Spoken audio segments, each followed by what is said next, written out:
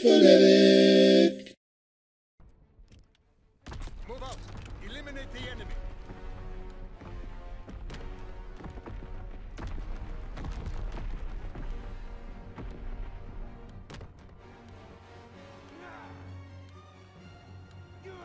Stay wary.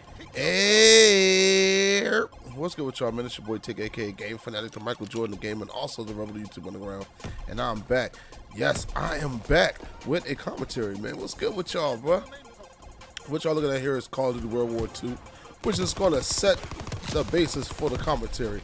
So, since I've been playing this game, and I've been playing it for maybe about 3 days now, I've been running to something called hackusations. So, a lot of you console guys may not understand what a hackusation is. Let me break it down for you, alright? So, unfortunately on the PC, and it's not only on the PC, it's on the consoles as well, but mainly you see it on the PC, we have what's called hacking, where you get people who aren't as talented and skilled in video games. So what they do is they go and find scripts and pretty much codes that change the settings of the game in their favor. Pretty much things like aimbotting, where the gun will literally lock in on people's heads or bodies, wall hacking where they can see through everything, stuff like that. Just so they can either feel like they're better at the game because they're not great, or to grief people. Griefing is, you know, making people upset, because some hackers literally do it just to make, you know, the room unplayable and make people upset. That's literally all they're looking to do, is make you angry. So, unfortunately, that goes on in the PC world, and it makes a lot of people not want to play PC. I mean, you don't really see it often, but you know, it's there. It's very rare to see it though. It's like almost finding a 4-leaf clover sometimes. Except for in Battlefield 1. Apparently, there's a ton of hackers out there, and there's a reason behind that, and I might get to that later, or it'll be in a later commentary. But anyway, the problem though is, since you have all these hackers, you can never be better than anyone in any like first-person shooter or competitive shooter. If you are better than someone, the first thing they do is throw a hackusation, which is they're claiming that you are a hacker.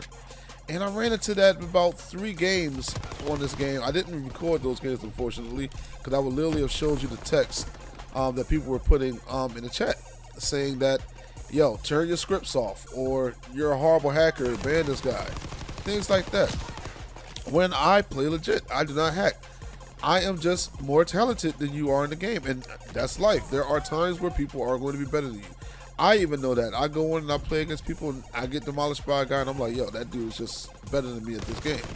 I won't call him a hacker unless I see, you know, there is evidence, like super good evidence of that person being a hacker. Now, you can say that, hey, Tick, wasn't it like 4 or 5 years ago that you had a video on APB talking about people hacking? I sure did. It was about 6 or 7 years ago, whichever it was. I had a hackusation video on some guys that I suspected of being hackers. Now, there was good evidence that these guys were probably hacking. Now, I can't say it's 100%. I will say that. But there's some good evidence. Now, these guys they didn't miss. They didn't miss at all when they shot at you. And the way they shot at you was pretty iffy. They would literally hop out of corners or walls and pop you. Now, it was a third-person game, so you couldn't see it around the wall. But you can move and do whatever dash you want to do, and they wouldn't miss. It was kind of iffy. You'll run around a corner, and they would still hit you. It was pretty iffy. So, anyway, the problem is with hackusations is they can get you in trouble, even if you're playing legitimate. For instance, I was watching a guy who was talking about Battlefield 1's or DICE's fair play idea that they use to prevent hackers from being in the lobby. Now the problem is they don't do like Punkbuster. It doesn't find coding that has been added to the game or anything like that, and see that the game has been altered. What it does is someone would report you if they think you're hacking, and then they would go and look at the video footage, and what they would do is they would have a list of things that would have to fail. So meaning, if you get so many kills at a certain amount of time, or in a lobby where they don't expect you to get that many kills in that type of gameplay, or they see you botting around like snapping at people left and right. Now again, they're not looking at coding, they're just looking with their eyes. So the problem is there are people out there that get that can get over 100 so kills in the game, you know, by, you know, flying in the airship and things like that. And they're not hacking at all. But since they get over this many kills, they literally will get banned. And it's a broken system. So just because a person thinks you're hacking, you could be playing legit. You risk a chance of getting banned in Battlefield 1 because of DICE's system is flawed. And I ran into the same thing back in the day on the OG Call of Duty. I used to play the OG Call of Duty, and I was so good with at that game. I used to use the Car 98 rifle without the scope, and I literally would destroy you with that. A lot of times I'd be like 70 something in like maybe 10, or 70 something in like 23 or something like that, which was ridiculous. And people would always call me out of hacking.